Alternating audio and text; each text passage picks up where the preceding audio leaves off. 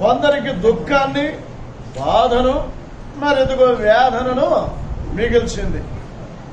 మరి ఎవరికి దుఃఖాన్ని, బాధను, వేదనను మిగిల్చింది, అలాగే ఎవరికి మరి ప్రకారంగా ఆశీర్వాదాన్ని ఇచ్చింది అనేటువంటి దానిని మనము మరి ప్రకారంగా మరి వినొచ్చు.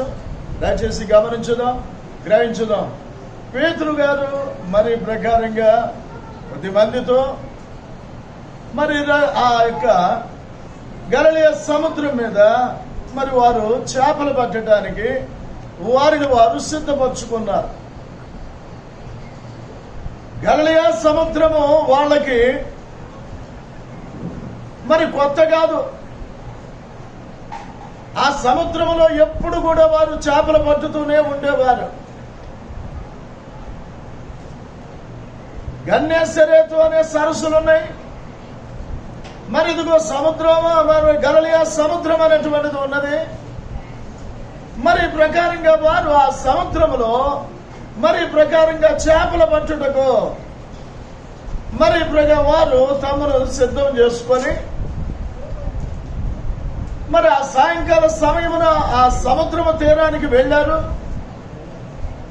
ఆ రీతిగా వారు మరి ఆ రాత్రి ఇక చేపలు పట్టడానికి ఉపక్రమించారు. చేపలు పట్టడం కోసం వారు ఉపక్రమించారు. ఎందుకంటే చేపలు పట్టడంలో వారు కొట్టిన పిండి వారికి.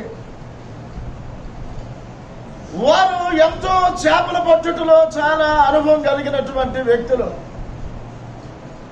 నీటి మీద వెళుతూ ఉంటుండగానే ఆ చేప కదలికలను బట్టి అది ఏ చేప అనేటువంటిది కూడా చెప్పగలిగినటువంటి మరి అనుభవం కలిగినటువంటి వారు.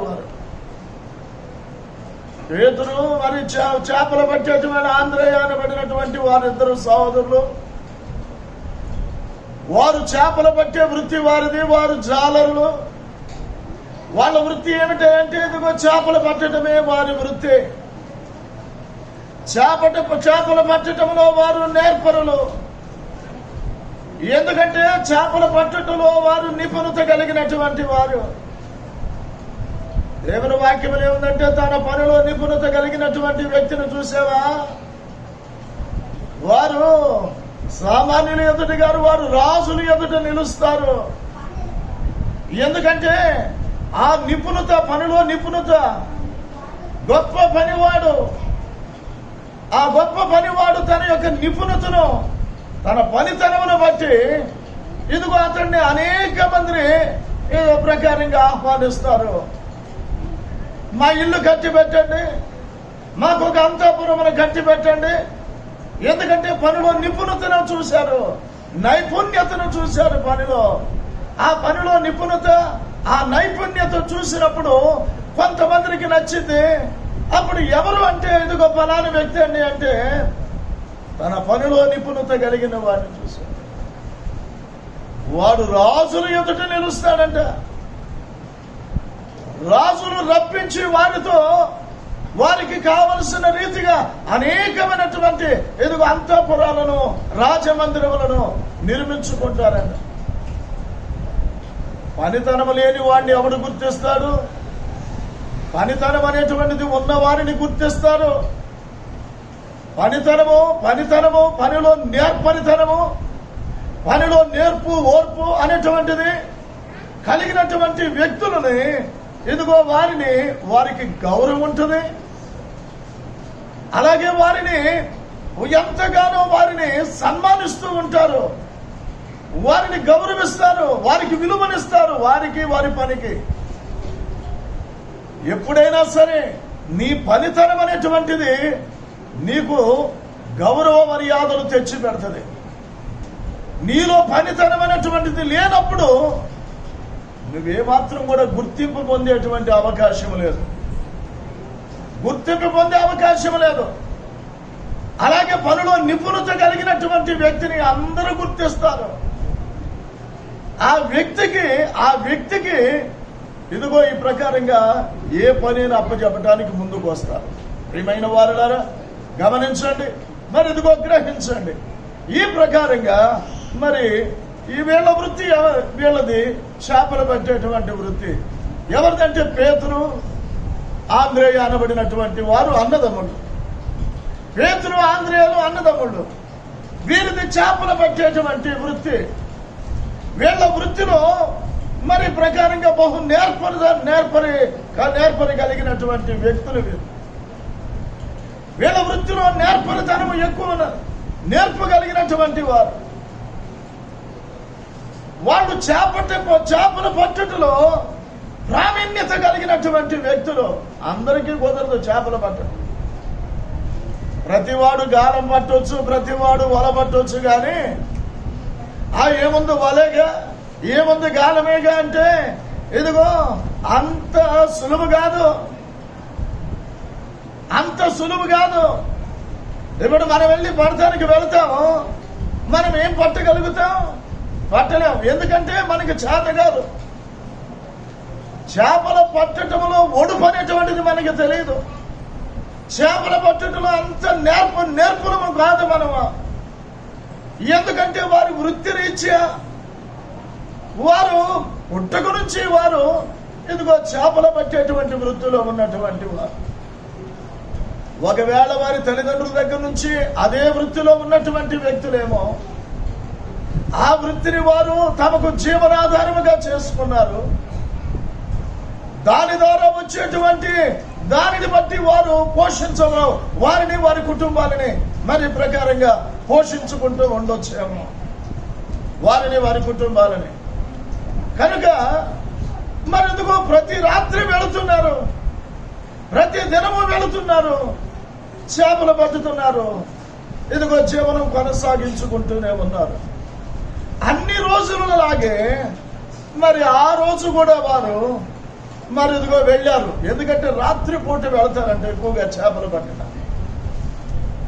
రాత్రులైతే ప్రశాంతంగా ఉంటుందంట, చేపలు కూడా పైకి తేలుతూ ఉంటాయంట.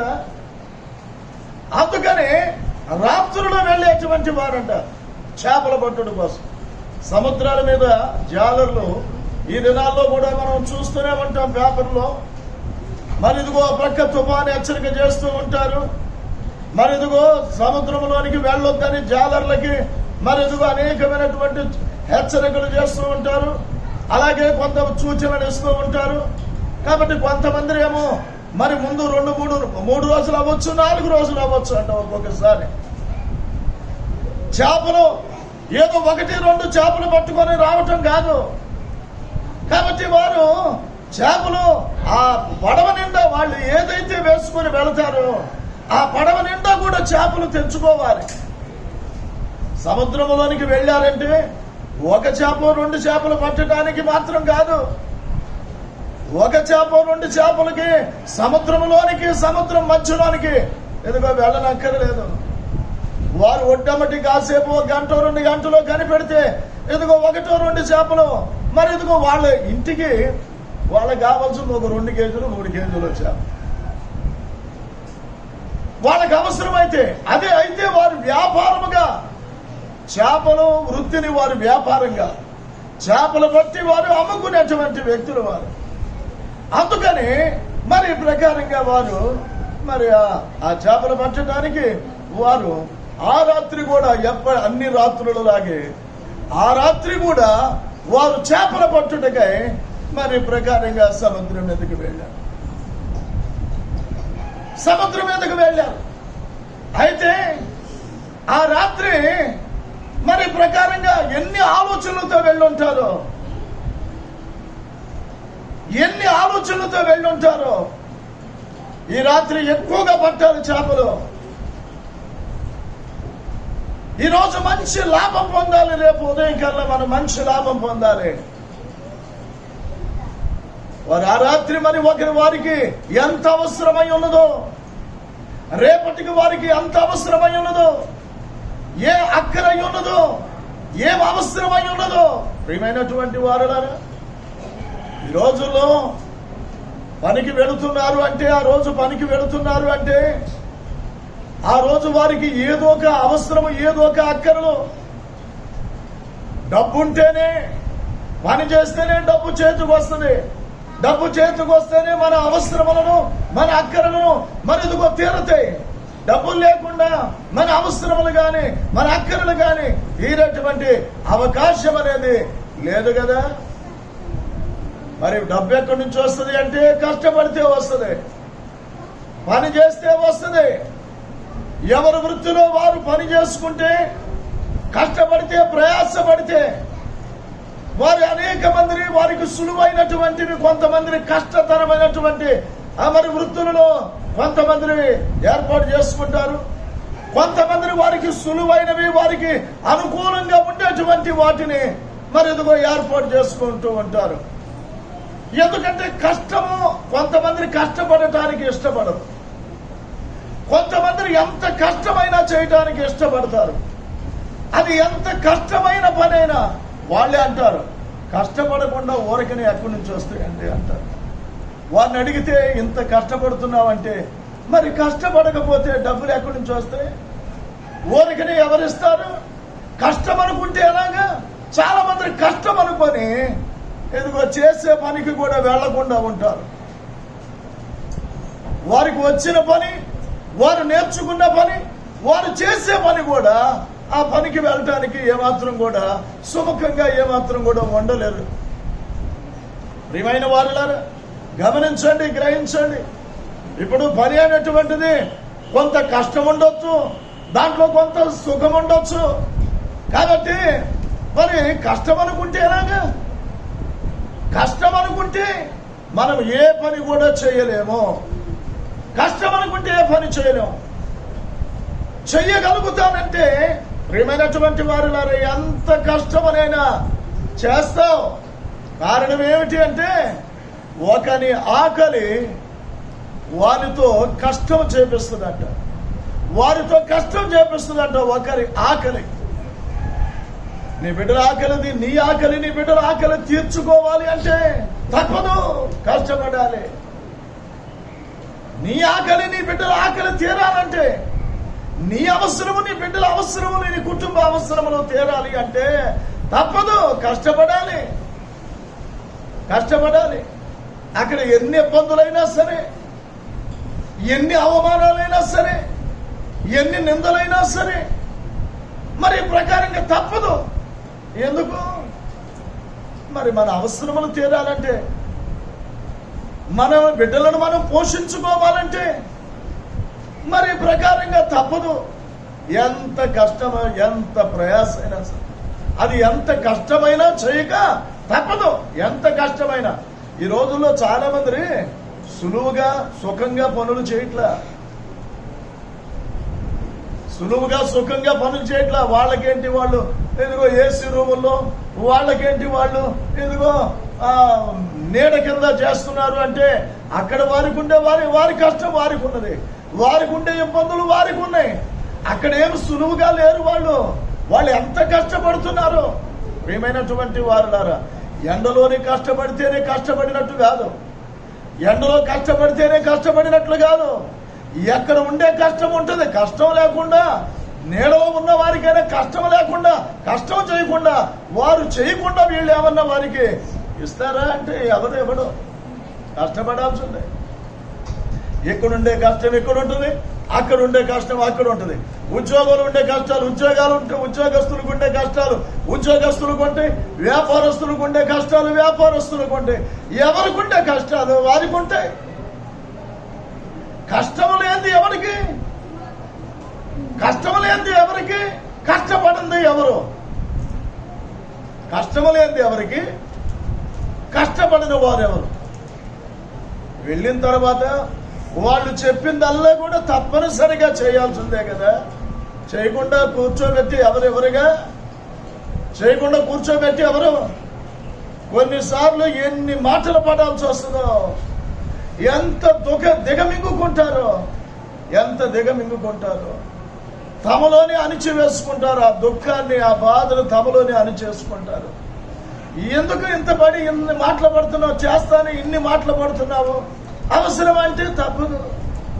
మరి నా బిడ్డలను పోషించుకోవాలి, ఇంటద్ది కట్టుకోవాలి, అప్పులన్నీ అప్పులు తీర్చుకోవాలి, తప్పదు. మరి ఏం చేస్తావని ఇదిగో ఈ ప్రకారంగా తమలో తామే దిగమింగుకుంటూ మరి ప్రకారంగా పైకి వారి బాధను వ్యక్తం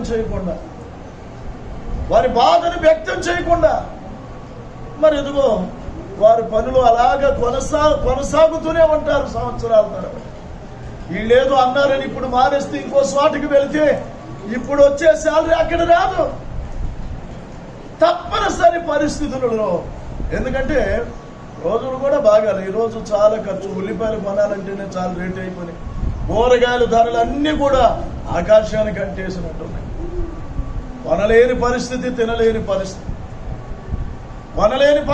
తినలేని పరిస్థితులు ఉన్నాయి. అప్పుడప్పుడు సంవత్సరంలో ఇలాంటి పరిస్థితులు మనకి 1, 2, 3, 4 సార్లు ఎదురవుతూనే ఉంటున్నాయి. తప్పదు, తినకుండా ఉండలేం కదా. కొనకుండా ఉండలేము, తినకుండా ఉండలేము. కొనకుండా ఉన్నామంటే తినలేము. ఆ రోజు పోస్తుండాలి, పిల్లల పోస్తూ పండుకోబెట్టలేము. కాబట్టి ఏం చేస్తాం? వెళ్ళి మనం తప్పనిసరిగా మనము ఎదుగో వాటిని కొనుగోలు చేస్తాం. ప్రియమైనటువంటి వారిలారా గమనించండి, గ్రహించండి. కనుక వీళ్ళు కూడా వారు ఎన్నో ఆశలు పెట్టుకొని ఆ రాత్రి అన్ని రాత్రుల వలె ఏ రాత్రి కూడా వారి చేపలు లేకుండా ఒడ్డుకు వచ్చేవారు కాదు. చేపలు లేకుండా ఒడ్డుకు వచ్చేటువంటి వారు కాదు. చేపలు లేకుండా ఒడ్డుకు వచ్చేటువంటి వారు కాదు. అదే రీతిగా ఆ రాత్రి కూడా వారు మరి ఎదుగో సముద్రం మీదకి వెళ్ళారు. మరి ప్రకారంగా ఇదిగో చేపలు పట్టుటకై తమ వలలను ఇదిగో వేస్తున్నారు. తమ వలలు వేస్తున్నారంట. అయితే తమ వలలు వేస్తూ ఉంటే మరి ప్రకారంగా వల వేస్తున్నారు, పైకి లాగుతుంటే చేప మాత్రం ఒక్క చేప కూడా వలలోనికి రాని పరిస్థితి. వీళ్ళ అవసరాలు ఎన్నో ఉన్నాయి. తెల్లారితే వీరికి ఎంతో అవసరమై ఉన్నది. తెల్లవారితే వీళ్ళకి ఎంతో అక్కరై ఉన్నది. వారి అవసరార్థం, వారి అక్కరార్థం వారు ఆ రాత్రి ఇదిగో ఈ ప్రకారంగా చేపలు పట్టుటకు సముద్రం మీదకి వెళ్ళారు.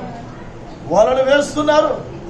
వలలు వేస్తూ ఉంటే ఒక్క చేప కూడా ఇదిగో దొరకినటువంటి పరిస్థితి.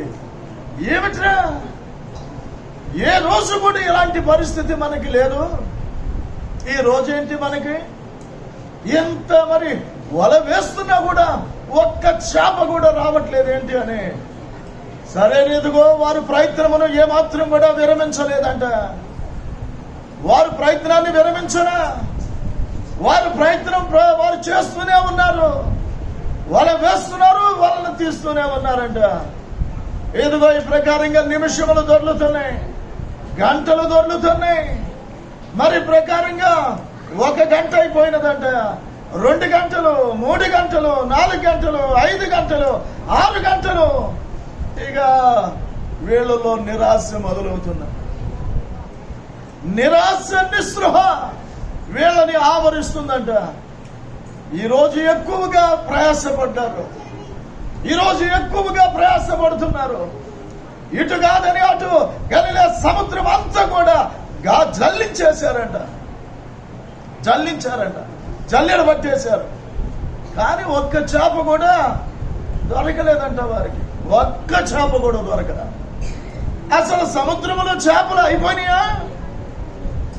అసలు ఈ సముద్రంలో చేపలు లేవా అసలు అనేటువంటి విధానంలోనికి వెళ్ళారంట. ప్రియమైనటువంటి వారులారా గమనించండి, గ్రహించండి. ఆ రాత్రి వారికి అంత ప్రయాసపడినప్పటికీ, అంత శ్రమ పడినప్పటికీ కూడా మరి ఇదిగో ఒక్క చేప కూడా వారికి దొరకలేదంట. ఒక్క చేప కూడా దొరకలేదంట. వారి అనుభవంలో ఏనాడు కూడా ఒక్క చేప దొరకని రోజు లేదంట. వారి అనుభవంలో ఏనాడు కూడా ఒక్క చేప అనేది కూడా పట్టకుండా వారు ఒడ్డుకు వచ్చేటువంటి వ్యక్తులు కాదంట. వాడు ఒక్క చేప అయినా సరే పట్టుకొని ఎదుగో తీసుకొని ఒడ్డుకు వచ్చేటువంటి వారు. కానీ రాత్రంతా కూడా ప్రయాసపడ్డారంట, కానీ ఒక్క చేప కూడా వారికి దొరకలేదు. ఎందుకని? కారణం ఏంటి? గమనించండి. ఎందుకంటే వారితో ప్రభువు లేడు.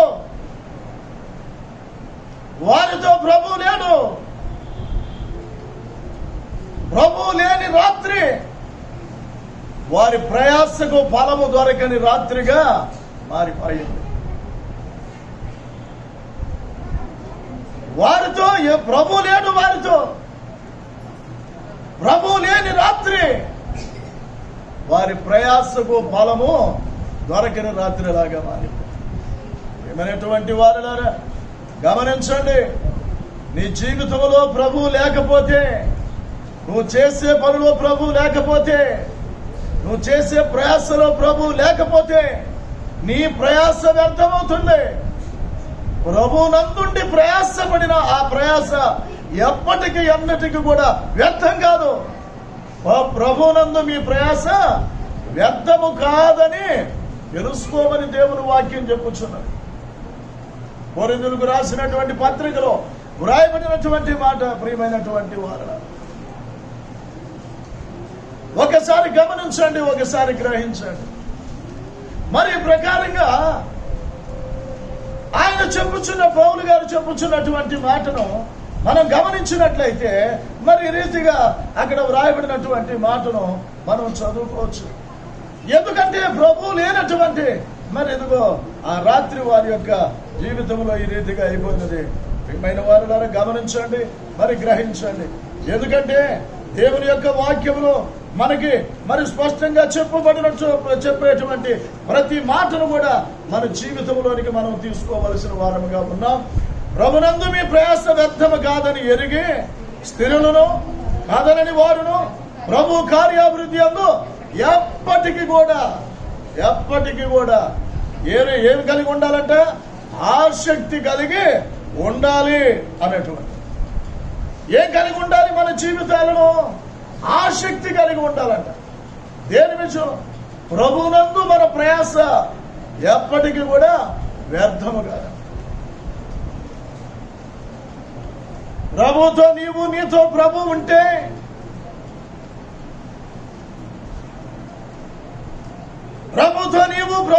ప్రభు నీతో ఉంటే నీ ప్రయాస వ్యర్థం కాదు. వ్యర్థం కానీయుడు ఆయన. నీ ప్రయాసను వ్యర్థం కానీయుడు ఆయన. ఒకసారి గమనించు, ఒకసారి గ్రహించండి. ప్రియమైన ప్రభునందు నీ ప్రయాసమును ఎప్పటికీ కూడా వ్యర్థం కానీయుడు.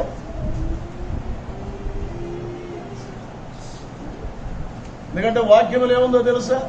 యెహోవా ఇల్లు కట్టించని ఎడల దాని కట్టువాని ప్రయాసము వ్యర్థమని,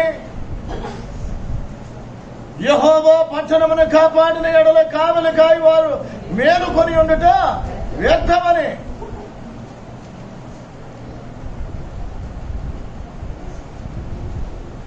ఒక్కసారి నువ్వు గమనించు. యెహోవా ఇల్లు కట్టించని ఎడల దాని కట్టువారి ప్రయాస ఏమవుతుందంటే వ్యర్థమే. వారి ఎంత ప్రయాసపడినప్పటికీ కూడా అది వ్యర్థమవుతుందంట. ఆయన పట్టణమును కాపాడకపోయినట్లయితే కావలి కాయవాడి ఎంత రాత్రి అంతా తెల్లవార్తలు కూడా మేలుకొని ఉండినా కూడా అది వ్యర్థమవుతుంది. కనుక ఆ రాత్రి ఈ జాలరులకు మరి ప్రకారంగా వారికి దుఃఖాన్ని, బాధను, వేదనను మిగిల్చిన రాత్రి. ఆ రాత్రి వారికి దుఃఖాన్ని, బాధను, వేదనను మిగిలించిన రాత్రిగా గుర్తుండిపోయింది. ఏంట్రా రాత్రి అసలు? ఎందుకని అసలు ఒక్క శాప కూడా మనకి దొరకలేదని నిరాశ నిస్పృహలతో ఒడ్డుకు చేరుకున్నారు. ఖాళీ పడవలతో ఒడ్డుకు చేరుకున్నారు. నిరాశ నిస్పృహలతో. సంతోషం లేదు, ఇక ఆనందం లేదు. వారి ముఖాలలో సంతోషం లేదు, ఆనందం లేదు. ఎందుకు లేదు అంటే ప్రియమైనటువంటి వారితో ప్రభు లేని రాత్రి మరిదిగో ప్రయాసకు వారు పడిన ప్రయాసకు ఫలము దొరకని రాత్రిగా అయిపోయింది. మరి ఇంకొక వ్యక్తిని మనం చూసినట్లయితే ప్రియమైనటువంటి వారులారా గమనించండి, గ్రహించండి. ఆదికాండములో 32వ అధ్యాయంలో మరి ప్రకారంగా 24వ వచనములో మనము చూసినట్లయితే మరి యాకోబు మరి ఆయన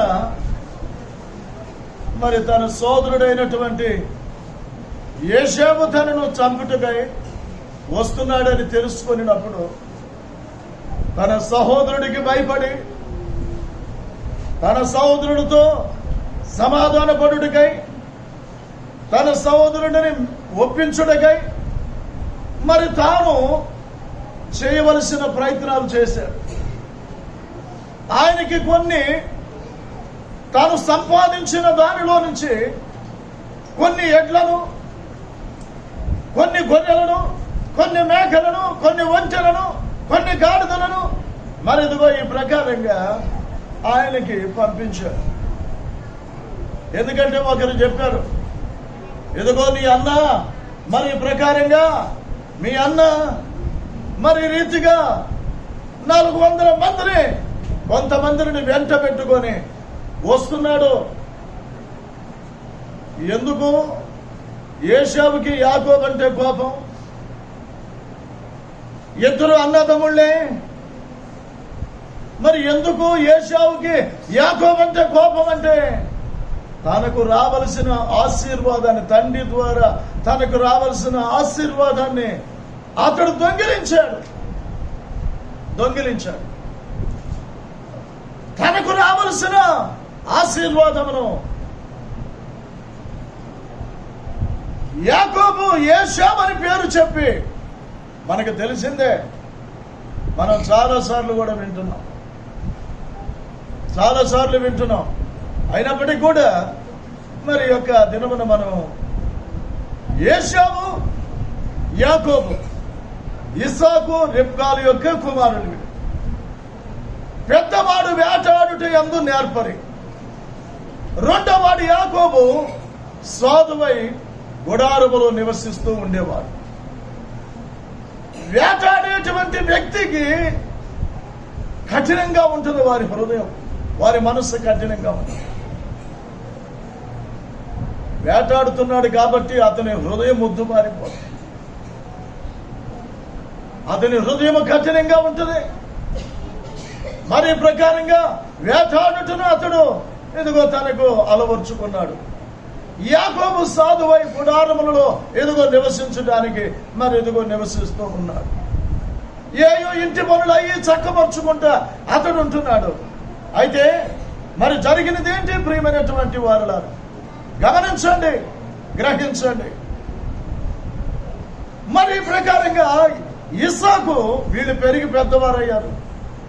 వేటాడుట యందు నేర్పరయ్యాడు ఏశావు. మరి ఇదిగో అతని శరీరం అంతా కూడా రోమములు కలిగిన శరీరము కలిగిన వాడు. మరి ప్రకారంగా మరి అతడు ఆ రీతిగా ఉన్నాడు. మరి యాకోబేమో నునుపు శరీరము కలిగినటువంటి వాడిగా ఉన్నాడు. ఏశావు వంటి నిండా కూడా రోమములతో ఉన్నాడు. ఆ తరువాత ఇస్సాకు వృద్ధుడయ్యాడు, మంద దృష్టి వచ్చింది. మరి ఏశావు తెచ్చినటువంటి వేట మాంసం తినుకుంటా వేటాడి తెచ్చినటువంటి అది ఏదైనప్పటికీ సరే మరి ఇదిగో వండి తీసుకొచ్చి తండ్రికి ఇస్తూ ఉంటే తండ్రి తింటున్నాడు. బాగా రుచికి మరి ఆయన అలవాటు పడిపోయాడు.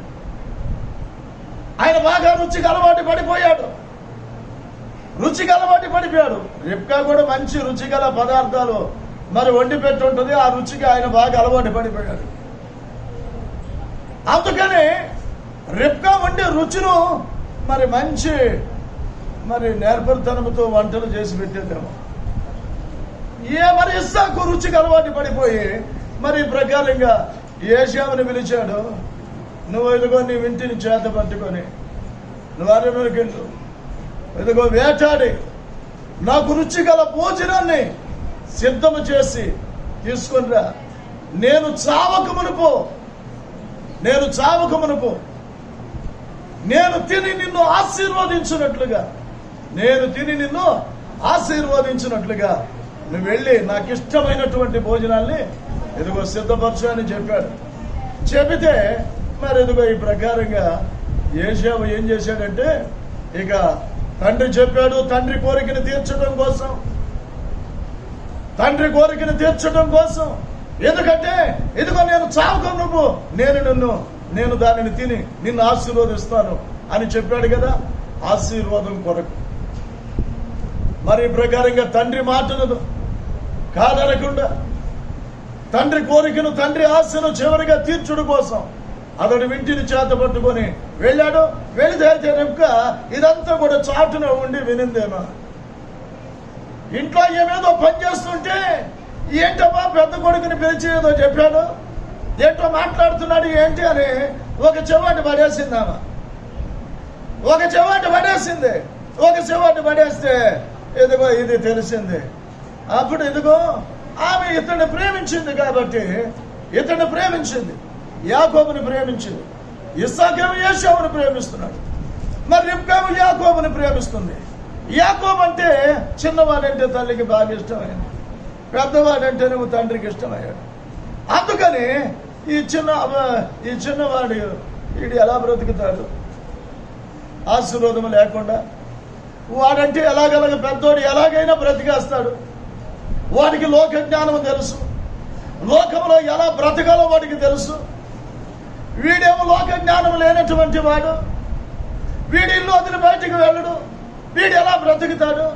కాబట్టి ఆశీర్వాదం అనేటువంటిది ఇదిగో చిన్న కొడుకు దక్కేలాగా చేయాలని గబగబా వచ్చి యాకోబుని పిలిచింది. తొందర మందులోనికి వెళ్ళి ఒక మేటను తీసుకొని రమ్మని చెప్పినప్పుడు, ఎందుకమ్మా ఏంటి వేళ విశేషం ఏంటంటే, అరే నేను చెప్పింది నువ్వు చేయరా తొందరగా అని చెప్పినప్పుడు చూశాడు, మంచి మేకపిల్లని తీసుకొచ్చాడు, సిద్ధం చేసి తల్లికి ఇచ్చాడు. తల్లి వంట చేసింది. అప్పుడు చెప్పింది ఏంటంటే, ఇదిగో నీ తండ్రి ఇలాగ నీ అన్నకి ఇలా చెప్పాడు, నేను నిన్ను ఆశీర్వదించినట్లుగా నా కొరకు మంచి రుచిగల భోజనాన్ని సిద్ధం చేసి తీసుకొని రమ్మని నీ నీ అన్నకి చెబితే నీ అన్న వెళ్ళాడు దాన్ని సిద్ధం చేయడానికి. కాబట్టి అతడు రాకమునిపే రా, నువ్వు త్వరగా నేను వండినటువంటి ఆహారమును తీసుకెళ్లి నీ తండ్రికి పెట్టి నీ తండ్రి ఇచ్చే ఆశీర్వాదాన్ని పొందుకో అని యాకోబుని తల్లి త్వరపెట్టింది. ప్రియమైనటువంటి వారులారా, గమనించండి, గ్రహించండి. ఆ రీతిగా ఆమె త్వరపెట్టినప్పుడు, అవును త్వరపడాలి. ఆశీర్వాదం అంటే ఎవరికైనా ఇష్టమే. దీవెని యందు ఎవరికైనా దీవించబడేటువంటి ఇష్టమేగా, ఆశీర్వదించబడేటువంటి ఇష్టమేగా. కొంతమందికి దీవెని యందు ఇష్టము లేదు, ఉండదు. కొంతమందిని దీవించబడటానికి కోరుకుంటారు, కొంతమంది ఆశీర్వదింపబడటానికి కోరుకుంటారు. ఆశీర్వదింపబడాలి, దీవించబడాలి అంటే దేవుని యొక్క వాక్యం వారికి ఏం చెబుతుందో, దేవుడు వారికి ఏం చెబుతారో దానిని చేస్తారు. కాబట్టి ప్రియమైన వారిలా గమనించండి, గ్రహించండి. ఆ ప్రకారంగా మరి యాకోబు తన తల్లి, అమ్మా నా తండ్రిని మోసం చేసినట్టేదారే నేను చూసుకుంటాను. శాప ఆశీర్వాదం కాదమ్మా నా మీదకి, నేను చేసింది నా తండ్రికి కనుక తెలిస్తే నా మీదకి ఆశీర్వాదం కాదు, శాపం వస్తుంది అని తల్లిని వారించ చూశాడు. అయితే తల్లి మాత్రం కూడా, ఎందుకంటే ఆశీర్వాదం యాకోబుకు దక్కాలి అనేందుకు ఈ ప్రకారంగా తొందర పెట్టినప్పుడు, అమ్మా నా అన్నేమో లోమము శరీరం కలిగిన వాడు, అరే నేను అన్ని ఏర్పాటు చేశా, నీకేమొద్దు నేను చెప్పినట్లు నువ్వు స్నానం చేసిరా తొందరగా అని చెప్పింది. అన్ని ఏర్పాటు చేసేసిందేమో. ఎదుగో నునుపు భాగం అంతా కూడా మెడ మీద వెంట్రుకలుండే. ఎందుకంటే ఆ తండ్రి యోసేపుని ఎక్కడెక్కడ తొడుగుతాడు అని తెలుసు, మెడ మీద చేతుల్లో తొడుగుతాడు. అందుకని ఈ నునుపు భాగం అంతా కూడా ఆ మేక చర్మంతో మరి ఇదిగో కప్పేసింది వెంట్రుక. అప్పుడు అతనికి ఉన్న యేసేపు వస్త్రం ఒకటి అతనికి ధరింపజేసింది. యేషా వస్త్రములు సువాసనతో కూడినటువంటి, అందుకని ఆ వస్త్రం ధరింపజేసి ఎదుగు ఆమె వండింది ఇచ్చి పంపిస్తే గబగబా తీసుకొని మరి వెళ్ళాడు. నా తండ్రి అంటే ఏమి, నా కుమారుడా? ఎవరు? నేను నీ జ్యేష్ఠ కుమారుడిని, యేషావుని అని చెప్పాడు. వెళ్ళింది ఎవరు? తండ్రి ముందు నిలిచింది ఎవరు? వేషం వేసుకొని, యేషావు వేషం వేసుకొని ఆహారం పట్టుకొని తండ్రి ముందు నిలిచింది. ఎందుకంటే తండ్రి గుడ్డివాడిని ఎవడైనా మోసం చేయొచ్చు. కళ్ళున్నవాడిని ఎవడు కూడా మోసం చేయలేడు కదా. గుడ్డివాడిని ఎవడైనా మరి ఇదిగో మోసం చేయొచ్చు. మరి ఆయనకేం కన్నులు కనపడవు. వచ్చింది వెళ్ళింది ఎవరు? తనకి ఎవరు ఏం తెచ్చి పెడుతున్నారో తనకి తెలియదు. గుడ్డివాడు పోల్చుకోలేడు. వచ్చింది యాకోబా యేషావా చెబితేనే తప్ప ఆహా యేషావా, ఆహా యాకోబా, రెబ్కా వచ్చిందా అని ఇదిగో ఈ ప్రకారంగా అనుకుంటాడే తప్ప, మీరు చెబితేనే తప్ప తనకుగా తాను పోల్చుకోలేడు. మంద దృష్టి ఇదిగో ఎక్కువైపోయినది ఆయనకి. అందుకని మరి ఇదిగో పిలిస్తే వచ్చాను. వచ్చిన తర్వాత మరి ఈ ప్రకారంగా జరిగింది ఏమిటో తెలుసా? ఒక్కసారి ప్రియమైన వారిలో గమనించండి, గ్రహించండి. మరి నువ్వు నా కుమారుడు అయిన యేషావు, అది అంత త్వరగా శీఘ్రముగా నీకు ఎలా దొరికిందంటే నీ దేవుడైన యెహోవా నా ఎదుటికి రప్పించుట వల్లనే అని. చూసారా ఏంటయ్యా ఇంత శీఘ్రంగా అంత తొందరగా దొరకవు కదా. అటు పరిగెత్తి గురి తప్పుతామంటే, నువ్వు బాణం వదులుతున్నావంటే నేను ఎక్కడ ఉంటాను, వదులు బాణం అని నిలబడుతుంది ఆ జంతువు.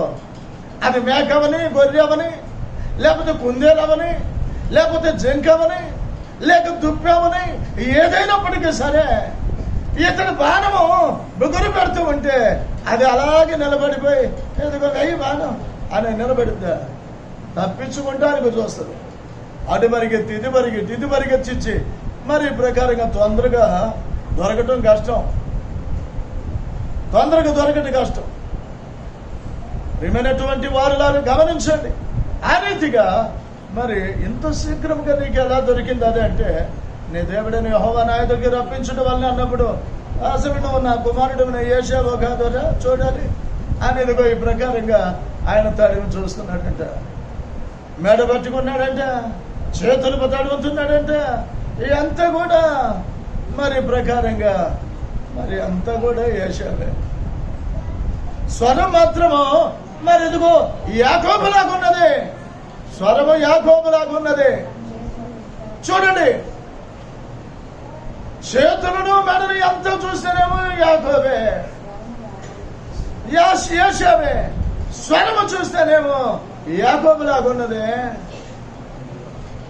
అంటే మరి అక్కడేం చెప్పాడు? ఒక్కసారి గమనించండి ప్రియమైన వారు. అక్కడేం మేనేజ్ చేశాడు? మునుపు భాగమనంతా కూడా అంతా మేనేజ్ చేసింది రెబ్కా. ఇక అక్కడికి వెళ్ళిన తర్వాత నీ యొక్క తెలివితేటలు ఉపయోగించరా, ఇక నేనే చెప్పాలా నీకు? ఇక నువ్వెప్పుడు బాగుపడేది నువ్వు అని అనొచ్చు ఆయన్ని. ఇక నేను చెబితే ఇక నువ్వేంట్రా చేసేది? ఇప్పుడన్నా కాస్త తెలివి ఉపయోగించరా. నేను చేయాల్సింది చేశానురా, నేను పడిన ప్రయాసపడ్డానురా. ఇక వెళ్ళరా, వెళ్ళి నీ తెలివితేటలు ఉపయోగించరా. అక్కడ మంచిదే, మొత్తానికి దాన్ని కూడా ఉపయోగించాడు. మరి ఏదో మొత్తానికి నమ్మించాడు. సరే తీసుకుంటారా అన్నాడు. తీసుకొచ్చిన తర్వాత ఎదుగో తిన్నాడు. తినిన తర్వాత ఇక దీవించడం ప్రారంభించాడు. దీవించి దీవెన పొంది వెంటనే కంగారుకు తొందరపడుతున్నాడు. ఎందుకంటే యేషావు వచ్చేస్తాడేమో. దొంగతనం వచ్చినాడు ఏం చేస్తాడు? దొంగతనానికి వచ్చినాడు త్వరగా దొరికిందల్లా అది వెండిదో బంగారందో లేకపోతే అది ఇనుమో లేకపోతే ఎత్తడో ఏదో ఒకటి మొత్తానికి దొరికింది. కాబట్టి దొరికినంత చేత పట్టుకొని పరిగెత్తుతాడు తొందరగా, ఇంటోళ్ళు లేకుండా. అలాగే ఈయన దొంగతనంగా ఆశీర్వాదమును మరి ఇదిగో పొందటానికి వచ్చినటువంటి వ్యక్తి ఏం చేస్తాడంటే త్వరపడతా ఉంటాడు. ఈరోజు ఆశీర్వాదం పొంది అవతలికి వెళ్ళగానే ఏశావు వచ్చేసాడు. ఏశావు అన్ని సిద్ధం చేసుకొని వచ్చాడు. వచ్చి తండ్రి లేకు, నేను భోజనం తెచ్చాను. ఎవరయ్యా నువ్వు అంటే నేను ఏశావులే అన్నాడు. మరి ఇందాక వచ్చింది ఎవరు? ఇందాక వచ్చాను నేను, ఇప్పుడే కదా తండ్రి వచ్చింది, నువ్వు నాకు చెప్పావు కదా. నేను అరణ్యానికి వెళ్ళాను, కాస్త ఆలస్యమైంది ఈరోజు, కాబట్టి లేచి నీ కుమారుడు వేటాడి సిద్ధపరిచి మరి వండి తీసుకొచ్చినటువంటి భోజనాన్ని భుజించి. అరే నాయన, అతడికి ఏశావు యాకోబు రెండు సెట్ అయింది. ఇది 3 అక్షరాలు, అది 3 అక్షరాలు. నీ సోదరుడు వచ్చాడు, మరి నాకు తెలీదు, నేను పోల్చుకోలేకపోయాను. నీకు అతడు తీసుకొచ్చాడు, నేను తిన్నాను, అతడిని ఆశీర్వదించాడు. అదేంటి తండ్రి అంటున్నాడు. నేనేం చేయను, నేను పోల్చుకోలేకపోయాను, గుడ్డివాడిని కదా నేను. నన్ను అతడు ఇలా అయితే నన్ను కూడా ఆశీర్వదించు. లేదా నా దగ్గర ఆశీర్వాదం, ఇక శాపమే తప్ప ఆశీర్వాదం లేదు. అతన్ని నీకు ఏలికగా పెట్టేశాను. అన్ని దీవెనలు అతనికి వెళ్ళిపోయాడు. ఎలుగెత్తి ఏడ్చాడు. నన్ను కూడా దీవించు. ఏమైన వారలారా, మన జీవితంలో కూడా దేవుని సన్నిధిని అలక్ష్యం చేస్తే, రక్షణను అలక్ష్యము చేస్తే, రక్షణ పొంది నిర్లక్ష్యంగా నీవు జీవిస్తూ ఉంటే, నీవు కూడా ఒకరోజు ఏశావు గనక ఏడ్చిన రీతిగానే నువ్వు కూడా ఏడవాల్సి వస్తావు. నీవు ఆశీర్వాదం మరొకరికి వెళ్ళిపోతుంది. ఆశీర్వాదం నీ కొరకు కాసుకొని కూర్చోదు. రక్షణ నీ కొరకు కాసుకొని కూర్చోదు. నువ్వెప్పుడు పొందుతావు అప్పుడు దాకా నీ కోసము రక్షణ వెయిట్ చేయదు. ఒకసారి గమనించు, ఇంకా రక్షణ పొందకుండా తడువు చేస్తున్నావు, జాగు చేస్తున్నావు, ఆలస్యం చేస్తున్నావు. తరువాత నువ్వు ఏడుస్తావు, నేనెందుకు రక్షణ పొందలేకపోయానా? ఆ ధనవంతుడు గనక తన ఆత్మ పాతాళంలోనికి వెళ్ళిన రీతి, ఏ రీతిగా అయితే అతడు ఏడ్చాడో, నీవు కూడా రేపు ఏడ్చే రోజు ఉంటుంది. ఎప్పుడు కూడా అలక్ష్యం చేయబాకు. దేవుని ఆరాధించుట అలక్ష్యం చేయబాకు.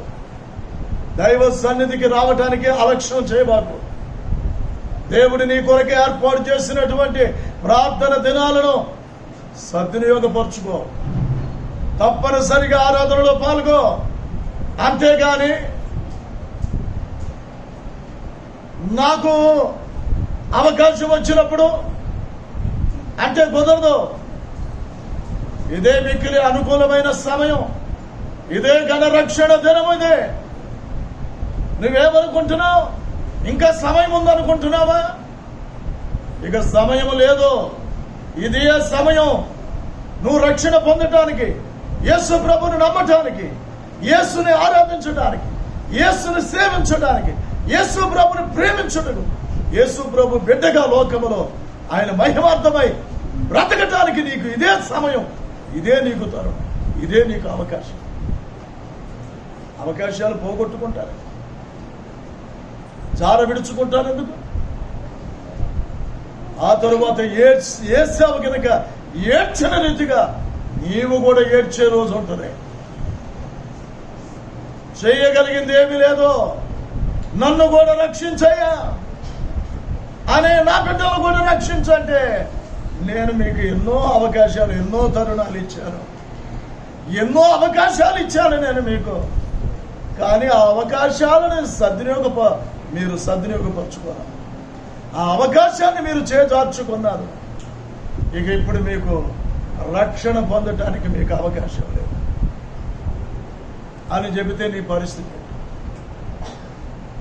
ఒకసారి ఆలోచించేయండి ప్రియమైన వారు, ఒకసారి గ్రహించండి. ఏశావు ఏడ్చినా కూడా ఏమాత్రం కూడా ప్రయోజనం. ఇదికి కోపం వచ్చింది. తన తమ్ముడిని ఎలాగైనా సరే హతమార్చాలనుకున్నాడు. ఒకసారేమో మరి ఇదిగో తాను అలసి అరణ్యానికి వెళ్ళాడు వేటాడటానికి, ఏమి దొరకలేదు, ఆకలితో వచ్చాను. వచ్చినప్పుడు కొంచెం యాకోబు వంట చేసుకుంటున్నాడు. వంట చేసుకుంటుంటే ఆ రోజు అలాగే కొద్దిగా నాకు నువ్వు వండుకున్న దాంట్లో కొంచెం పెట్టమంటే, నీ జ్యేష్ఠత్వం ఇస్తావా, నీ జ్యేష్ఠత్వం ఇస్తావా అని అన్నాడు. నాకు ఆ రోజు దాని విలువ తెలియలేదు. ఆ రోజు నాకు దాని విలువ తెలియలేదు. జ్యేష్ఠత్వపు యొక్క విలువ నాకు తెలియలేదు. ఆ రోజు అలాగే నన్ను మోసం చేసి నా జ్యేష్ఠత్వం హక్కును తీసేసుకున్నాడు. ఏదో ఇంత ముద్ద పెట్టి ఈరోజు నాకు రావాల్సిన, నా తండ్రి ద్వారా నాకు రావాల్సిన ఆశీర్వాదాన్ని లాగేసుకున్నాడు. ఇక బ్రతకనేయకూడదు, చంపేయాలనుకున్నాడు. అప్పుడు ఇక రెబ్కా, అరే నీ అన్న నిన్ను చంపేయడానికి సిద్ధంగా, చూస్తాను నేను కూడా ఏ రీతిగా నన్ను చంపుతాడో, నేనే చంపలేను అన్నట్టుగా ఇద్దరు కూడా, అరే బాబు ఒకే రోజు ఇద్దరిని నేను ఎక్కడ పోగొట్టుకుంటాను, మేము అసలే మీ తండ్రి వృద్ధాప్యంలో ఉన్నాడు, మేము వృద్ధుల ఒక మాట ఏంద్రా బాబు, ఎదుగో నా అన్నున్నాడు, అక్కడికి వెళ్ళరా లాభాన్ని ఇంటికి, కొద్ది కాలం అక్కడ ఉండరా, నీ అన్న కోపం చల్లారేదాకా అని తన భర్తని ఇస్సాకుతో మాట్లాడి అయిపోయిందా. కాబట్టి మరి ఏంటంటే పిలిచాడు ఇస్సాకు కూడా, అబ్బాయి ఏసేపులాగా నువ్వు చేయొద్దు, నీ తల్లి సోదరుడిగా ఇంటికి వెళ్ళి అక్కడ నువ్వు ఒక వారికి సంబంధించిన కుమార్తెను వివాహం చేసుకోవాలి, ఈ కారణాన్ని కుమార్తెలు ఎవరిని కూడా నువ్వు వివాహం చేసుకోవద్దు అని చెప్పి పంపించేశాడు. అదియో ఏసేవు అంటే నేను వివాహం చేసుకున్నటువంటి స్త్రీలు కూడా నా తల్లిదండ్రులు, నా తండ్రికి ఇష్టం లేదన్నమాట అని. ఇతన్ని అయితే నా తల్లిదండ్రుల సెలవుతో వెళ్ళాడా, సరే ఎప్పటికైనా రాకపోతుందా, ఇప్పుడు తప్పించుకున్నాడు, రేపు మరి ఎప్పుడైనా తప్పించుకుంటాడా చూస్తానని ఏదో అంటారు చూసారా. నాకు 12 12 ఎన్ని సంవత్సరాలు అంటే దరిదాపు 20 సంవత్సరాలు పగతో ఉన్నాడు. యాకోబు ఎప్పుడు వస్తాడా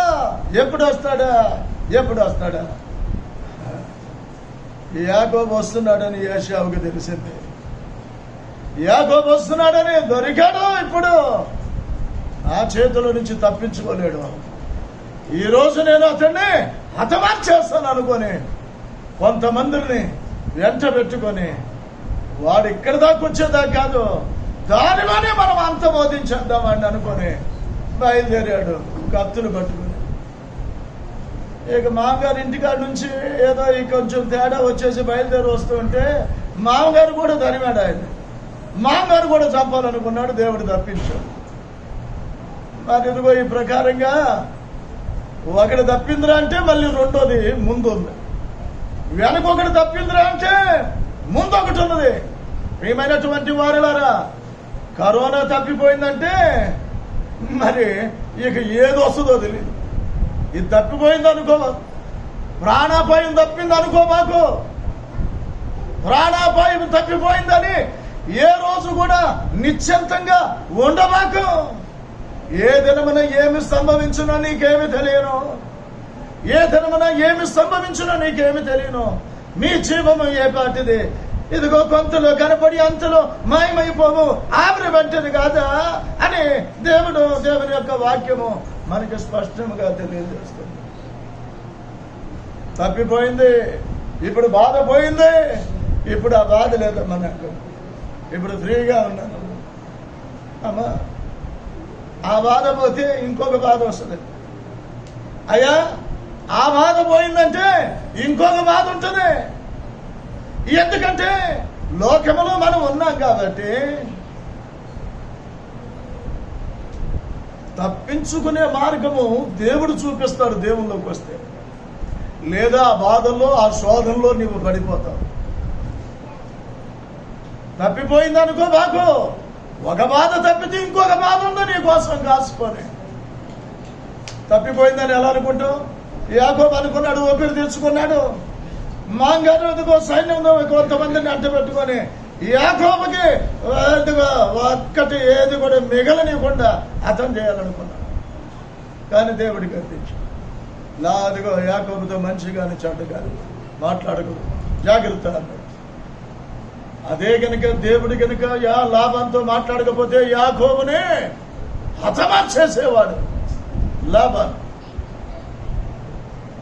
ఈరోజు మనము ఈ రీతిగా ప్రశాంతంగా క్షేమంగా ఉన్నాము అంటే ప్రియమైన వారులారా, దేవుడు మనతో ఉన్నాడు. దేవుడు సన్నిధి మనతో ఉన్నది. దేవుడు మనతో ఉన్నాడు. దేవుని సన్నిధి మనతో ఉన్నది. దేవుని దృష్టి, దేవుని యొక్క మనస్సు మన మీద ఉన్నది. అందుకనే ఏది ఎంత మాత్రమును మనకి హాని అనేటువంటిది కలిగించలేకపోయి రకరకాల వ్యాధులు వచ్చినాయి, రకరకాల ఆపదలు మనకు సంభవించినాయి, రకరకాల అపాయాలు మన మీదకు వచ్చినాయి. అయినా కూడా దేవుడు వాటిని తప్పించాడు. ఈరోజు మనం క్షేమంగా ఉన్నాం. కారణం ఏంటి? ఒకసారి గమనించండి, గ్రహించండి. మనము నశించడం ఆయనకి ఏమాత్రం కూడా ఇష్టం లేదు. మనం ఆపదలో పడటం దేవునికి ఏమాత్రం కూడా ఇష్టం లేదు. మనం కష్టాల్లో పడటం దేవునికి ఏమాత్రం కూడా ఇష్టం లేదు. కోరి నువ్వు కష్టాల్లో పడతానంటే ఆయన ఏం చేయలేడు. కోరి నువ్వు ఆపదలు పడతానంటే ఆయన ఏం చేయలేడు. ఆపదలు తప్పించినట్లుగా, ఆపదలు తప్పించుకున్నట్లు, కష్టాలు తప్పించుకున్నట్లు, శ్రమలను తప్పించుకున్నట్లు నువ్వు దేవుని సన్నిధికి రా, దేవునికి ప్రార్థించు, దేవునికి అంగీకారముగా నీవు జీవించు. అప్పుడు దేవుడు ఏమైనా వారిలో గమనించండి. ఒకటి తప్పిపోయింది అనుకుంటే ఇంకా రెండు ఈ ఎదురు ఇంకో ఆపద వచ్చింది. ఈ ఆపదైనా తాను ఎలాగైనా సరే నా సోదరుని కానుక పంపించి ఎదుగో ఈ ప్రకారంగా మంచి చేసుకుందాం అనుకున్నారు. చాలా మంది ఏదో రూపంగా మంచి చేసుకోవాలని తాపత్రయపడతారు. వారి ప్రయత్నాలు, వారి స్వప్రయత్నాలతో ఏమాత్రం కూడా వల్ల కాదు. ప్రియమైన అంత సులువుగా మనుషులని మీరు దేవుడే మనిషికి సమాధానం కలుగు చేయాలి. ఒకరి ఎడల ఒకరికి ప్రేమ కలుగు చేయాల్సి ఉంది దేవుడు. ఒకరి మీద ఒకరికి జాలి కలుగు చేయాల్సి ఉంది దేవుడు. ఒకరి ఎడల ఒకరికి కనికరపడేలాగా చేయాల్సి ఉంది దేవుడే. దేవుడు చేయకపోతే ఇతరులు మన మీద కనికరపడే అవకాశం లేదు, మన మీద జాలి పడేటువంటి అవకాశం లేదు. మనకి సహాయం చేసే దేవుడే కనుక ప్రేరేపించకపోతే మనకి సహాయం చేసేటువంటి అవకాశం కూడా ఏమాత్రం కూడా లేనే లేదు కదా. కనుక మానవీయుడు తన ప్రయత్నం మరి ఇదిగో ఉపయోగించాడు. కానీ ఏమాత్రం కూడా ఏశావు లక్ష్య పెట్టరా,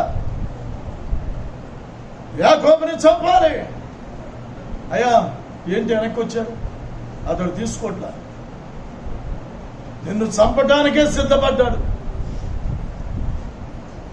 నీ మీద చాలా కోపంతో ఉన్నాడు, రగిలిపోతున్నాడు. ఎప్పుడా నా చేతులతో యాకోబుని చంపాలి అనేటువంటి ఉద్దేశంతో. మరి చెప్పేవారు కూడా మామూలుగా చెప్పలే, కాస్త గట్టిగానే చెప్పారు. అతడు అప్పటి వరకు ధైర్యంగా ఉన్నటువంటి వ్యక్తి ధైర్యం కోల్పోయాడు. అప్పటి వరకు నిబ్బరంగా ఉన్న వ్యక్తి నిబ్బరాన్ని కోల్పోయాడు. ఇక నా చేతిలో లేదు, నన్ను ఈ పరిస్థితి నుంచి ఎవరు గట్టెక్కించారు. గ్రహించాడు, గమనించాడు, గుర్తించాడు. తన భార్య పిల్లలను ఎదుగో మందలుగా తన పని వారికి 1 గుంపు, 2 గుంపులు, 3 గుంపులు, 4 గుంపులుగా చేసి వారికి అప్పగించి యబ్బోకిరేమును దాటించేశాడు. ఆ రాత్రి ఒంటరిగా యాకోబు మిగిలిపోయాడు. ప్రాణ భయముతో, ప్రాణ భీతితో. ఏమవుతుందో, వాళ్ళందరినీ చంపేస్తాడేమో, ఆ తరువాత నన్ను కూడా చంపేస్తాడేమో. అందుకనే ఆ రాత్రిక నన్ను నేను రక్షించుకోలేను, నన్ను నేను కాపాడుకోలేను. దేవుడు తప్ప ఇక నన్ను నేను రక్షించుకోలేను. ఏ శవ చేతిలో పడకుండా నన్ను నేను కాపాడుకోలేనని ఆ రాత్రి యాకోబు యబ్బోకు దగ్గర ఇక ప్రార్థించడం మొదలుపెట్టాడు.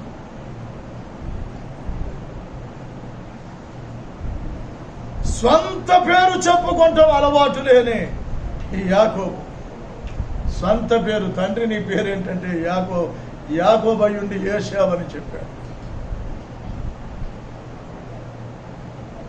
ఇక ఇతడు రాత్రంతా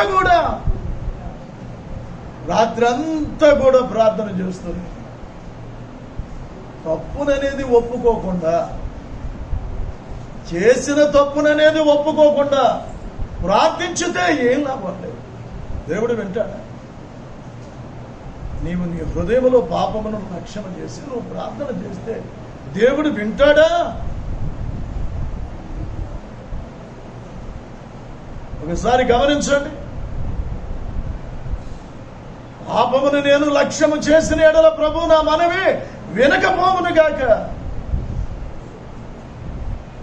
నా మనవి ప్రభు పక్కలో పాపం పెట్టుకొని ప్రభు అంటే ప్రయోజనము ఏమైనా ఉంటుందా? స్వంత పేరు చెప్పుకుంటూ అలవాటు లేనటువంటి యాకోబునిక దేవుడు అన్నాడు, నీ పేరేంటి అని అడిగాడు. అప్పుడు అంటున్నాడు, నా పేరు యాకోబు. ఒప్పుకునేదాకా అతనికి దీవెన దొరకల. ఒప్పుకునేదాకా కూడా దేవుని దగ్గర ఒప్పుకున్నాడు యాకోబు కోసం. కాదు, ఇక నువ్వు ఇలా బ్రతకడానికి వీలు, ఈ రీతిగా జీవించడానికి వీలు. ఇక మీదట నీ పేరు ఇశ్రాయేలు, యాకోబు కాదు ఇశ్రాయేలు అని అక్కడ అతన్ని దీవించాడు. దేవునికి స్తోత్రం. ఆ రాత్రి యాకోబుకి దేవుని యొక్క దీవెన దొరికింది. ఇప్పుడు ధైర్యంగా సూర్యోదయం అయిపోయింది.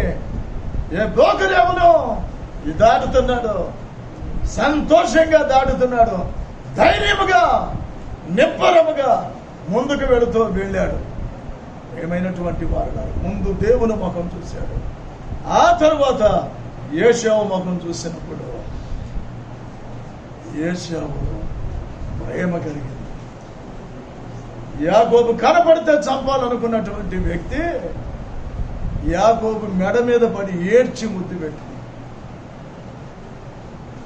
తమ్ముడు ఎంతకాలం అయిపోయింది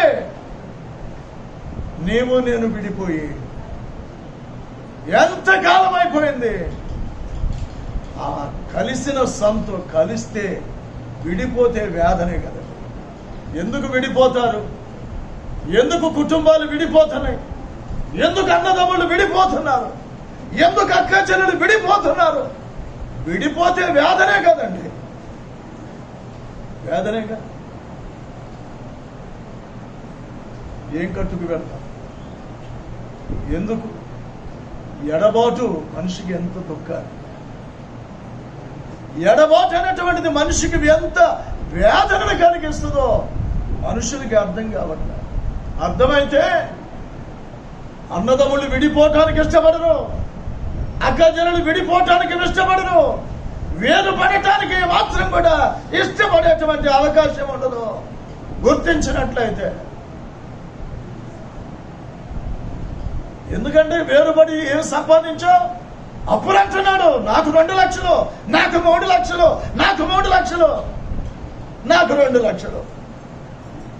వేరుపడ్డావుగా. ఎందుకంటే ఉంటే తల్లిదండ్రులకే పెట్టేయాల్సి వస్తుంది అని అనుకున్నాడు. అనుకొని తల్లిదండ్రులు బ్రతికుండగానే అన్నదమ్ముల మధ్య ఐక్యత లేదు, అక్కచెల్లెల మధ్య ఐక్యత లేదు, విరోధ భావాలు. దేవుడిని ఎరిగి కూడా ఎదుగో తమ్ముళ్ళని హత్తుకొని జీవించిన వ్యక్తులు, చెల్లెలని హత్తుకొని జీవించిన వ్యక్తులు, అయ్యో నా చెల్లి, అయ్యో నా తమ్ముడు అని ఇదిగో ఈ ప్రకారంగా అభిమానించలేనటువంటి వ్యక్తులు, అభిమానము చూపలేనటువంటి వ్యక్తులు. ఎవరనుకుంటున్నావు అతడు నా తమ్ముడు? ఎవరనుకుంటున్నావు ఆమె నా చెల్లి? ఎవరనుకుంటున్నావు ఆమె నా సహోదరి? ఏమనుకుంటున్నావు? మేమంతా క్రీస్తునందు ఒకటి, మేమంతా క్రీస్తునందు, యేసునందు మేము ఒకటి అని చెప్పగలిగే పరిస్థితుల్లో కూడా లేదు. యేసును గురించి చెప్పడానికి ముందుకు వెళుతున్నారు, యేసు నామమును ప్రకటించడానికి ముందుకు వెళుతున్నారు చాలా మంది కూడా. కానీ అన్నదమ్ములను ప్రేమించలేని వారు.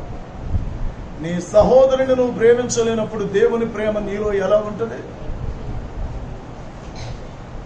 నీ సహోదరుని ద్వేషించినప్పుడు బైబిల్లోనే ఉన్నది కదా, మరి దేవుని యొక్క వాక్యమును నువ్వేం చేస్తావు? ఒకసారి ఆలోచించు ప్రియ సహోదరుడా, దేవుని యొక్క వాక్యమును ఏం చేస్తున్నావు? అసలు చదువుతున్నావా? నేను తెల్లారు లేస్తే బైబిల్ రీడింగ్ చదువుతున్నా నేను కాదు, బైబిల్ రీడింగ్. ప్రియమైనటువంటి వారులారా, గమనించండి, గ్రహించండి. మరి చదివినప్పుడు నీకు ఏమర్థమైంది? చదివినప్పుడు ఏమర్థమైంది? ఒకసారి గమనించు. వెలుగులో ఉన్నానని చెప్పుకొనొచ్చు తన సహోదరుని ద్వేషించువాడు ఎప్పటి వరకును చీకటిలోనే ఉన్నాడు. యోహాను రాసిన మొదటి పత్రిక 2వ అధ్యాయంలో ఈ ప్రకారంగా 9వ వచనంలో వ్రాయబడినటువంటి మాట. ఈ పత్రిక అంతా కూడా ప్రేమను గురించి, మరి ఈ ప్రకారంగా సహోదరుని ఎడల ఏ రీతిగా ఉండాలి సహోదరుడు, సహోదరి ఎడల ఏ రీతిగా ఉండాలి సహోదరి అనేటువంటి దానిని గురించి. ప్రియమైనటువంటి వారులారా, గమనించండి, గ్రహించండి. నీది నీదే, నాది నాది, కలిసి వండుకోరు, కలిసి దండు. అన్యులు చూడండి, ఎంత అన్నదమ్ముళ్ళు కలిసి, తల్లిదండ్రులకు లోబడి అన్నదమ్ముళ్ళు కలిసి ఉండటం వలన వారి ఆస్తులు లోకములో పెరుగుతున్నాయి, వారి ఆస్తులు విస్తరిస్తున్నాయి. ఏంటో మరి నాకు అర్థం కాదు. కలిసి ఉండు, మంద మనమే, వాళ్ళు వాళ్ళే, మంద మనమే, వాళ్ళు వాళ్ళదే. ఇక పెళ్లిళ్ళు అయిన తర్వాత మరీ దారుణంగా ఉంటాయి. మరి ఏంటో మరి నాకు అర్థం కాదు. ఎంతసేపు వేరైపోవాలి. దానివల్ల నీకు ఒరిగేదేంటి? ఇవాళ రేపు ఎల్లుండి ఉంటావు, నీ పిలుపు వచ్చింది అనుకో వెళ్ళిపోతావు. లోకంలో సమాధానం లేకుండా, ఐక్యత లేకుండా బ్రతికావు. మరి నీకు నరకం కాకపోతే పరలోకమా? ఇంకా ప్రభును కూడా నమ్మను. ప్రియమైన వారిని గమనించు. వెలుగులోనున్నానని చెప్పుకొని తన సహోదరుని ద్వేషించువాడు ఇప్పటి వరకు ఇంకా చీకటిలోనే ఉన్నాడు. తన సహోదరుని ప్రేమించువాడు వెలుగులో ఉన్నాడు. అతని యందు అభ్యంతర కారణం ఏదియో లేదు. తన సహోదరుని ద్వేషించువాడు చీకటిలో ఉండి చీకటిలో నడుచుచున్నాడు. చీకటి అతని కన్నులకు గురుట్టితనము కలుగు చేసిన గనుక తానెక్కడికి పోచున్నాడు? మేము ఎక్కడ కాదండి అక్కడికి వెళుతున్నాం. మేము ఈ సంఘానికి కాదండి ఆ సంఘానికి వెళుతున్నాం. మాది ఈ సంస్థ కాదండి ఆ సంస్థ. తాను ఎక్కడికి పోచున్నాడో అతనికి తెలియట్లా. తాను ఎందుకు వెళుతున్నాడో తనకి తెలియదు. ఒకసారి గమనించండి ప్రియమైన వారు, ఒకసారి గ్రహించండి, ఒకసారి గమనించండి. ఈ లోకపు జీవనోపాధి గలవాడై ఉండి తన సహోదరునికి లేమి కలుగుట చూచి అతని ఎడల ఎంత మాత్రమును కనికినమో చూపని వారి యందు దేవుని ప్రేమ ఎలాగో నిలుచును. మనము కయ్యోను వంటి వారమై ఉండరాదు. వాడు దుష్టుని సంబంధి అయి తన సహోదరుని చంపాను. వాడు అతనిని ఎందుకు చంపాను? తన క్రియలు చెడ్డవియో తన సహోదరుని క్రియలు నీతి గలవై ఉండెను గనుకనే కదా. ఏమైన వారులరా గమనించండి, గ్రహించండి. మరి తన సహోదరుడు ఈ లోకపు జీవనోము నీకున్నదే. అయితే నీ సహోదరుడు లేమిలో ఉన్నాడు. నీ సహోదరి లేమిలో ఉన్నప్పుడు నువ్వు అతని ఎడల ఎంత మాత్రము కనికినము చూడకపోతే దేవుని ప్రేమ నీలో ఎలా ఉంటుంది? ఒకసారి ఆలోచించేది. కనుక యాకోబును చూడగానే ఎక్కడ లేని ప్రేమ చంపాలనుకున్నవాడు సమాధానపడ్డాడు. దేవునికి స్తోత్రం. ఎందుకని? ఆ రాత్రి యాకోబుకి దేవుని వలన దీవెన దొరికిన వాడు. ఏమైన వారులారా గమనించండి, గ్రహించండి. మరి మన జీవితాలలో కూడా మరి ప్రకారంగా దీవెన పొందని రాత్రిగా ఉంటుందా? దీవెన పొందే రాత్రిగా ఉంటుందా? ఆశీర్వాదం పొందే రాత్రిగా మార్చుకుంటా, ఆశీర్వాదం పొందని రాత్రి. కనుక రాత్రి అనేది కొందరికి ఆశీర్వాదాన్ని ఇచ్చింది, కొందరికి దుఃఖాన్ని, బాధను, వేదనను మిగిల్చింది. జాలరు రాత్రి అంతా వారు ప్రయాసపడినప్పటికీ వారికి ఏమి కూడా దొరకలేదు. వారు వారు వారు పడిన ప్రయాసకు ఫలము దొరకని రాత్రిగా మిగిలిపోయింది. వారి అంత ప్రియమైనటువంటి వారు గమనించుకుందాం, గ్రహించుకుందాం. కానీ ఆ రాత్రి వారు నిరాశ, తెల్లారి నిరాశ, నిస్పృహాలను మిగిల్చిన రాత్రిగా మారిపోయింది. ఒక్క చేప కూడా వారు పట్టలేకపోయారు. రాత్రి అంతా ప్రయాసపడ్డారు. ప్రభు లేని ప్రయాస ఎప్పటికైనా వ్యర్థమే. ప్రభు లేని ప్రయాస, ప్రభు సన్నిధికి రాకుండా, ప్రార్థన లేకుండా లోకములో నీవు ఎంత ప్రయాసపడినా ఆ ప్రయాస వ్యర్థమైపోతుంది. అయినా కూడా గ్రహించట్ల, అయినా కూడా చాలా మందిని గమనించట్ల. ఎందుకు వ్యర్థమవుతుంది? నేను ఇంత కష్టపడుతున్నాను, ఇంత ప్రయాసపడుతున్నా కూడా ఎందుకని అని గ్రహింపు లేని వారి కానీ. ఎందుకంటే నీవు దేవునితో కలిసి నడవాలి, దేవునితో కలిసి నడవాలి. దేవుడు చెప్పింది చేసి అప్పుడు నువ్వు ఏదైనా చెయ్యి. దేవుడు చెప్పింది నువ్వు చేసి నీ పని ప్రారంభించు. ఆ పనిలో నీవు జయం పొందుతావు, ఆ పనిలో నీవు ఫలము పొందుతావు. ప్రభువు చెప్పింది చేయకుండా నీ ఇష్టం వచ్చినట్లుగా నువ్వు ప్రయాసపడితే నరుల కష్టార్జితము చేత ఆశీర్వాదము ఎక్కువ.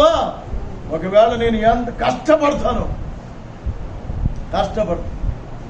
కష్టపడితే ఆయన నీ కష్టార్జితమును దీవించి ఆశీర్వదించినప్పుడేగా. ఎప్పుడు ఆయన నీ కష్టార్జితమును దీవించి ఆశీర్వదిస్తాడు? నువ్వు ఆయన సన్నిధికి తెచ్చినప్పుడేగా, నువ్వు ఆయన సన్నిధికి వచ్చినప్పుడేగా, నువ్వు ఆయన సన్నిధికి తెచ్చినప్పుడేగా. నువ్వు ఆయన సన్నిధికి రాకుండా, ఆయన సన్నిధికి అది తేకుండా నీవు దేవుని దీవెన, దేవుని ఆశీర్వాదం పొందే అవకాశం ఉన్నదా? ఏమాత్రం కూడా లేదు. ప్రభు లేని ప్రయాసవాడి ప్రభుతో కూడా కలిసి ఆ రాత్రంతా కూడా ఒక నరుడు తెల్లవార్లు తనతో పెనుగులాడాడు. యాకోబు, తెల్లవారుతుంది, నన్ను పోనీ, నువ్వు నన్ను ఆశీర్వదిస్తేనే కానీ నేను నిన్ను పోనీనని పట్టుబట్టాడు. ప్రియమైనటువంటి వారు, దీవెన దొరికిన రాత్రి, ఆందోళన, కలవరము తొలగిపోయిన రాత్రి, భయము తొలగిపోయిన రాత్రి, ప్రాణభీతి తొలగిపోయిన రాత్రి, సంతోషమును కలిగించిన రాత్రి, దేవుని ద్వారా సమాధానము దొరికిన రాత్రి. నీవు కూడా ప్రార్థించు. అపోస్తుడైన పౌలు గారు పగలంతా డేరాలు కుట్టి రాత్రులు మోకాళ్ళ మీద ప్రార్థన చేసేవాడు. పగలంతా డేరాలు కుట్టేవాడు. డేరాలు అతని వృత్తి. పగల పని చేసుకొని రాత్రులలో దేవునికి ప్రార్థన చేసేవాడు మోకాళ్ళ. మైన వారిలో మనము ఒక రీతిగా ప్రయాసపడటమే కాకుండా దైవ సన్నిధికి వచ్చి మనం ప్రార్థించినప్పుడు ఆ ప్రార్థన దేవుని సన్నిధికి చేరుతుంది. దేవుడు వినినప్పుడు మనం ఏదైతే దేవుణ్ణి అడుగుతున్నామో దేవుడు మనకి సమస్తమును కూడా అనుగ్రహించగలుగుతాడు. అట్టి కృప ఇవ్వాలని మరి ఈ దినమున మనం తలల వంచి కళ్ళు మూసుకున్నట్లయితే ప్రార్థన చేసుకుంటాం. దేవుడి యొక్క మాటలు మన వినికిడిలో దీవించి ఆశీర్వదించునుగాక. ఆమేన్. మమ్మల్ని మిక్కిలిగా ప్రేమించిన మా ప్రియ పరలోకపు తండ్రి, నీ పరిశుద్ధ నామముకు లెక్కలేని స్తుతులు స్తోత్రములు మా ప్రభువా. మీ కృపను బట్టి, మీ దయను బట్టి మా బ్రతుకులో, మా జీవితంలో మీరు మాకు అనుగ్రహించిన ఈ దినము కొరకే మీకు స్తోత్రములు నాయన. ఈ దినపు ఆరాధనలో నాయన మా ప్రభు మీరు ఉన్నందుకే స్తోత్రం. వచ్చిన బిడ్డల కొరకే మీ స్తోత్రం. నీ మాటల కొరకే మీకు స్తోత్రములు నాయన. ఆయన నీ మాటల్లో సత్యమును బిడ్డలు గ్రహించి వారి జీవితాలను సర్వ సత్యములోనికి మా ప్రభు నడుచుకున్నట్టుకో వారిని మీరు సిద్ధపరచమని ప్రార్థిస్తున్నాను. విత్తబడిన మాటలు సాతానుడు ఎత్తుకొని పోకుండా చేయండి నాయన. వారి హృదయాలలో ఫలించినట్లుగా చేయమని ప్రార్థిస్తున్నాను ఆయన. అయా నీ సన్నిధిలో మా ప్రభువా నాయన ప్రార్థించినప్పుడు వారి ప్రయాసపడినప్పుడు వారి ప్రయాస వ్యర్థం కాకున్నట్లుగా, ప్రయాసకు తగ్గ ఫలితం పొందినట్లుగా మా ప్రభువా తండ్రి వారిని వారు సిద్ధపరచుకునే కృప దయచేయం. మీ సన్నిధి మీ ఆత్మ నుంచండి నాయన. నీ కృపలో భద్రపరచమని క్రీస్తునామమున అడుగుచున్నాము తండ్రి. ఆమేన్. ఆమేన్. ఆమేన్.